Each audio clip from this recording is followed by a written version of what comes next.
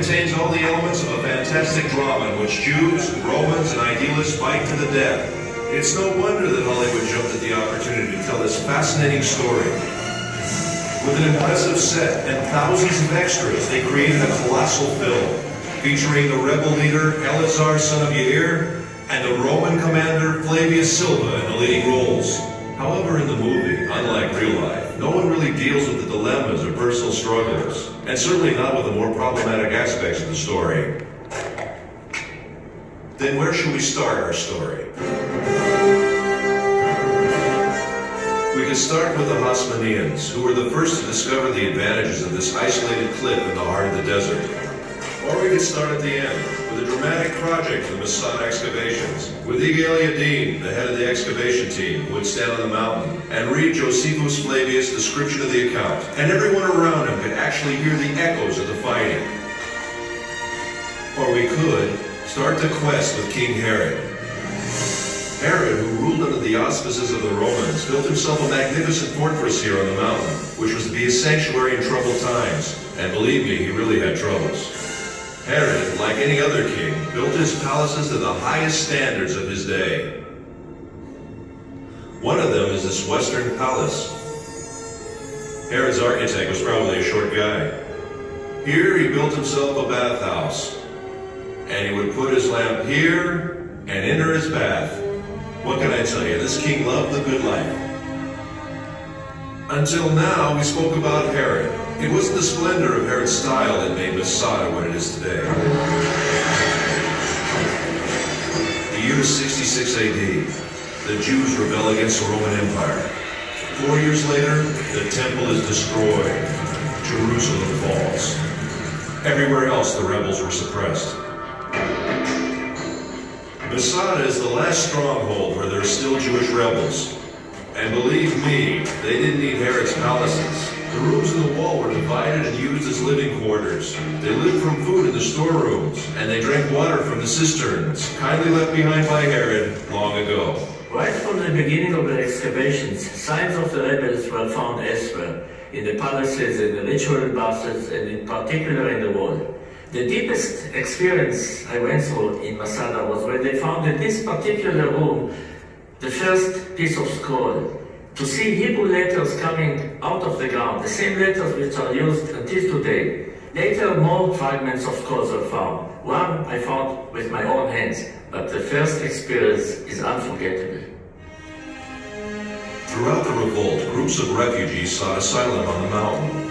About 1,000 rebels gathered in this fortress in the heart of the wilderness. In 73 AD, the Romans' 10th Legion arrived with thousands of armed soldiers who deployed themselves around the mountain. An enormous war machine. And the movies do it best, after the Romans, of course. The Romans built an attack ramp. The besieged rebels rolled stones down it. The Romans lifted a tower to the top of the ramp, equipped with a battering ram to smash the wall. The besieged erect a wood and earthen wall to sustain the blows of the battering ram. The Romans burn it, but the wind almost burns their own tower. Then the wind veering as if by divine providence to the south, blowing with full force in the opposite direction, flung flames against the wall, which now was all ablaze. And in the evening, when the wall was burnt and breached, the Roman army returned to its camps, assured that the whole affair would be over by morning. But Eleazar had ideas of his own. This is it, the last night. My friends, we've reached the climax of the drama. However, unlike the movie, here apparently the events actually took place. And here at Masada, men with families were forced to decide slavery or death. Eleazar had no doubts, but he had yet to convince his comrades in arms. Ladies and gentlemen, the speech of Eleazar.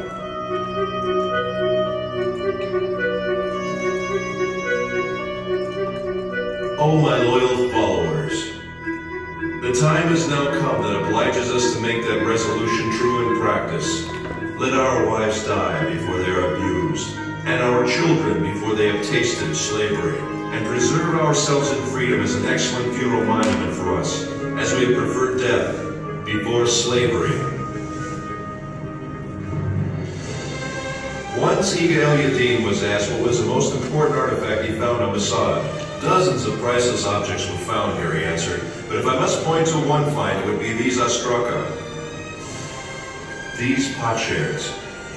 These may be the lots that I'm holding now. Potsherds on which the rebels wrote their names. 10 men who were chosen were the only ones who remained. Their equipment had already burned, and each of them had already killed his wife and children. Then they drew the lots. Who would kill the 9th man and fall on his own sword?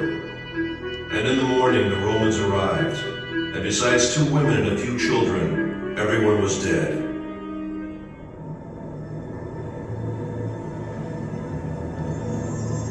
After the drama came silence. The silence was broken in the 5th century for nearly 200 years by a community of Byzantine monks. 1,200 years later, the first explorers came and rediscovered the mountain. Then the members of the youth movements, seeking a symbol of Jewish heroism, discovered Masada and adopted the mountain. After them came the hikers and the tourists. Masada had become a focus of pilgrimage. Professor Netzer, what do you really think about the act of courage that ended in suicide? Maybe it's the utmost courage to prefer death to a life of slavery. So it's death or freedom? Yes, death as a free man or slavery in the hands of the Romans. Which choice would you make? No matter what, Masada has become a symbol of staunch resistance against a fierce enemy. And if it is a symbol, then perhaps this might be some kind of victory. Ladies and gentlemen, I invite you to climb the mountain.